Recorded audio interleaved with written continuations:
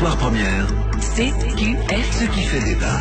Et ce qui fait débat ce soir, c'est donc cette question. La Russie de Vladimir Poutine est-elle un partenaire fréquentable? Le Premier ministre Charles Michel entame, en tout cas aujourd'hui, une visite officielle de 3 jours à Moscou qui sera ponctuée par une rencontre avec Vladimir Poutine.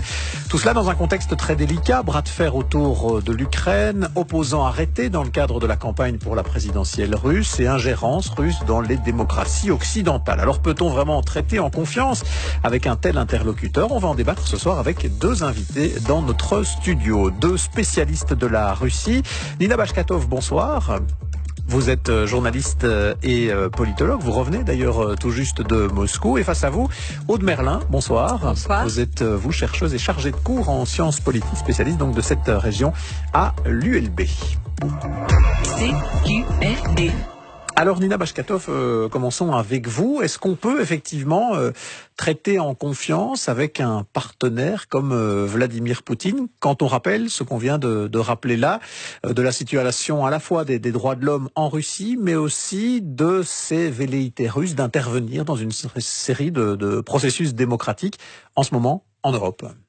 Mais je trouve que la question d'être fréquentable ou pas ne se pose pas.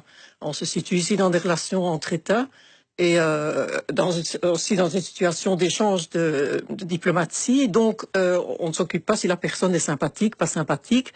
Il faut vraiment quelque chose d'extrême dans les relations internationales pour que les relations soient interrompues.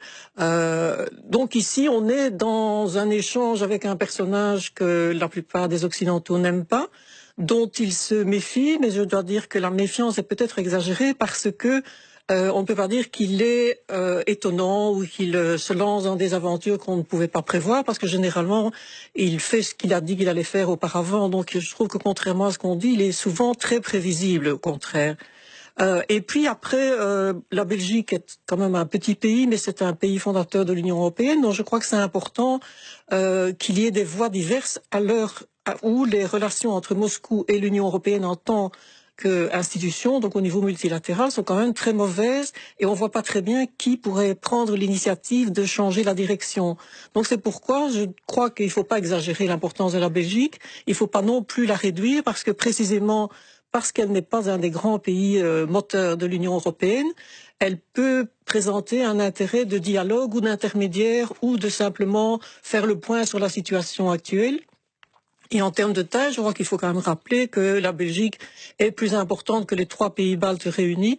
Or, on connaît l'importance et l'influence, parfois négative d'ailleurs, qu'ils ont dans les relations entre l'Union européenne et la Russie. Donc, ce sont des choses différentes. Et je reviens sur la notion fréquentable ou pas fréquentable. C'est une question humaine. C'est pas un salon de thé, quoi. On est dans les relations internationales. Est-ce que vous trouvez, vous aussi, Aude Merlin, que cette question ne se pose pas vraiment, qu'il faut de toute façon traiter avec Vladimir Poutine, que l'on aime ou pas le personnage, comme le dit ici Nina Bashkatov? Moi, je pense que voilà, dès lors qu'on rentre en politique et qu'on décide de faire de la politique à haut niveau, il faut se tenir prêt et savoir qu'on aura à rencontrer des personnes qu'on n'aura peut-être pas un immense plaisir à rencontrer. Donc ça, je crois que voilà, il y a une question de rationalité et de cohérence. Voilà.